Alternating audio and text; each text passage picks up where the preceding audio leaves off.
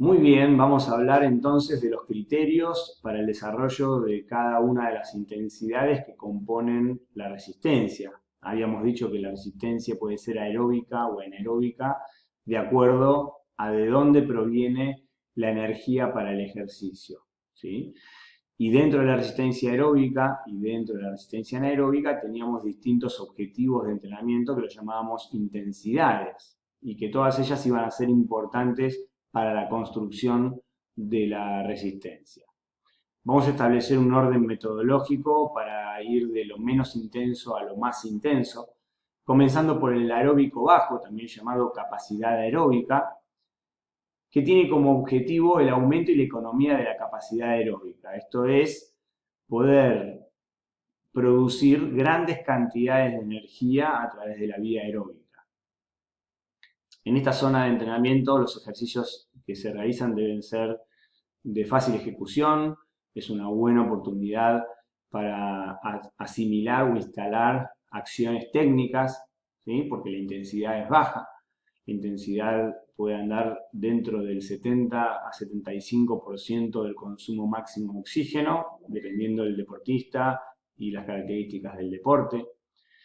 Vamos a construir series de entrenamiento de alrededor de 30 a 45 minutos, dependiendo esto también de la disciplina, del nivel o la edad del deportista, pero más o menos el promedio va a estar entre esos 30 a 45 minutos. No quiere decir que no pueda hacer menos, que no pueda hacer más, pero cuando hablamos de desarrollar la capacidad, vamos a procurar que la duración esté dentro de estos parámetros. Si queremos definir la concentración de ácido láctico que encontramos en sangre en este tipo de esfuerzos, estaría alrededor de los 2 a 4 milimoles de ácido láctico por litro de sangre, ¿sí?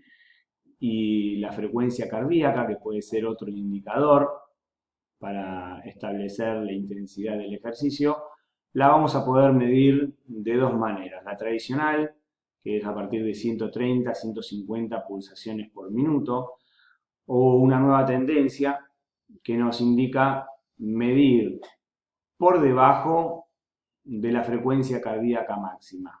Esto es, cuántos latidos por debajo tenemos al momento del ejercicio por debajo de la frecuencia cardíaca máxima. En el aeróbico bajo deberíamos encontrar alrededor de 60 a 50 latidos menos que la frecuencia cardíaca máxima, que ya debería haber estado medida en algún testeo. También podemos utilizar la escala de Borg, que define la sensación del esfuerzo a partir de la información que nos brinda nuestro deportista. En una escala de 1 a 10 se le pregunta y nuestro deportista nos indica qué tan cansado está. En la escala de Borg, la sensación de fatiga, para darnos cuenta que estamos dentro del aeróbico bajo, el número que nos va a indicar nuestro deportista debería estar alrededor del número 3 o número 4, repetimos del 1 al 10. Y por último, es importante mencionar que las series de aeróbico bajo pueden ser utilizadas en intensidades más bajas para la regeneración. Esto es entrenamiento regenerativo, ya sea porque el objetivo de la sesión sea la recuperación o después de competencias o entrenamientos muy intensos que necesitemos que nuestros deportistas recuperen la forma. Bien, vamos a desarrollar ahora el aeróbico medio, también llamado umbral anaeróbico. Es una intensidad en la cual se genera un equilibrio entre la producción y la remoción de ácido láctico. Esto quiere decir que si el ejercicio fuera un poquito más intenso o los descansos fueran un poquito más breves, puede ser que el ácido láctico se empezara a acumular dentro del músculo por encima de los valores aceptables para que esto pueda continuarse dentro de un esfuerzo aeróbico. El objetivo de esta zona de entrenamiento es mejorar la velocidad del umbral anaeróbico, es decir, que nuestros deportistas puedan mantener ese equilibrio entre producción y remoción de ácido láctico a intensidades cada vez más altas. Entonces van a poder mantenerse dentro de la función aeróbica por más tiempo, retrasando la aparición de la fatiga. Se utilizan en general ejercicios básicos o generales pero también podemos utilizar ejercicios específicos de la disciplina o del deporte. Aumenta la intensidad a un 80-85% del consumo máximo, y las series van a tener una duración menor que la que habíamos conversado en el aeróbico bajo, pudiendo construir series de entre 20 a 40 minutos. Las concentraciones de ácido láctico que podemos encontrar en sangre van a estar dentro del parámetro de los 4 a los 6 milimoles por litro de sangre, y la frecuencia cardíaca, que en el aeróbico bajo estaba entre 140, 150, 160, aquí la vamos a encontrar entre 160 a 180 pulsaciones por minuto, o si utilizamos la otra manera de medirlo, deberíamos estar entre menos 40 a menos 30 latidos por debajo del máximo. En la escala de Borg, nuestros deportistas van a expresar que la sensación de fatiga que tienen es de entre 4 a 7, dependiendo la serie que hayamos construido.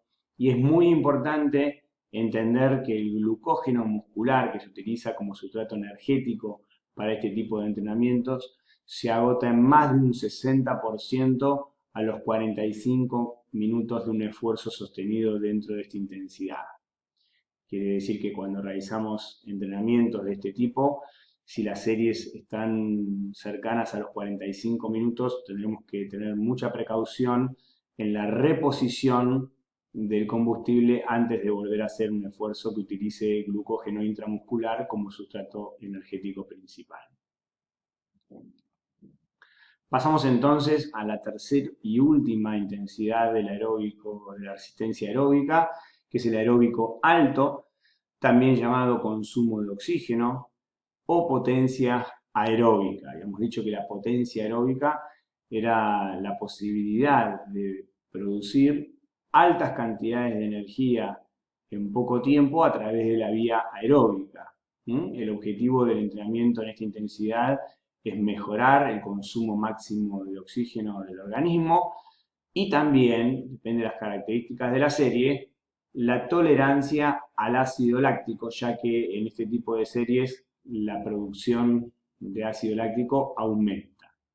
Se utilizan ejercicios específicos, lo más parecido a lo que nuestros deportistas van a tener que hacer en el momento de la competición, con series entre 15 a 30 minutos, siempre dependiendo de las características de nuestro deportista y del deporte que practicamos.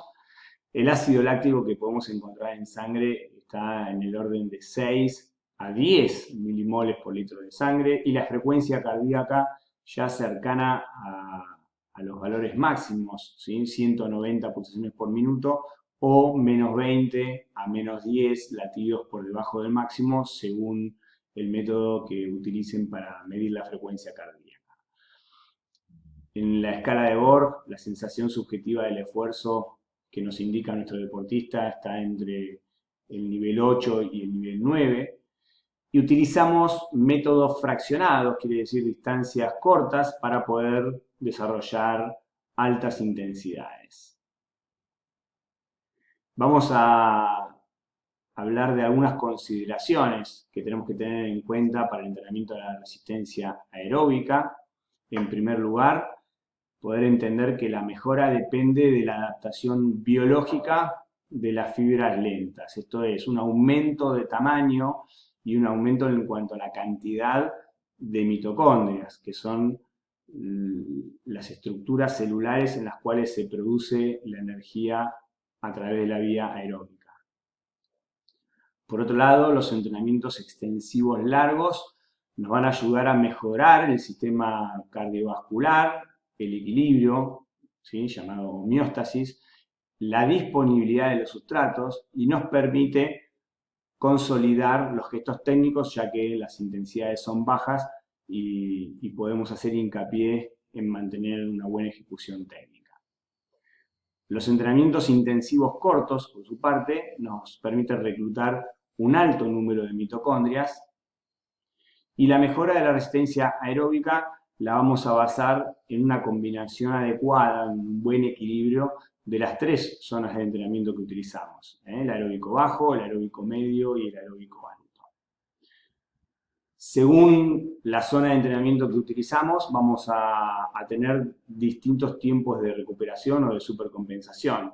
Por empezar, el aeróbico bajo requiere de entre 8 a 12 horas para volver a hacer un esfuerzo con la misma intensidad. El aeróbico medio, 24 horas, o sea, un día completo. Y el aeróbico alto, entre 36 a 48 horas para volver a hacer un esfuerzo de esa intensidad. ¿Sí? El entrenamiento de la resistencia aeróbica es fundamental tanto para fondistas como para velocistas, ya que es a partir del metabolismo aeróbico que se consolidan todos los procesos de recuperación.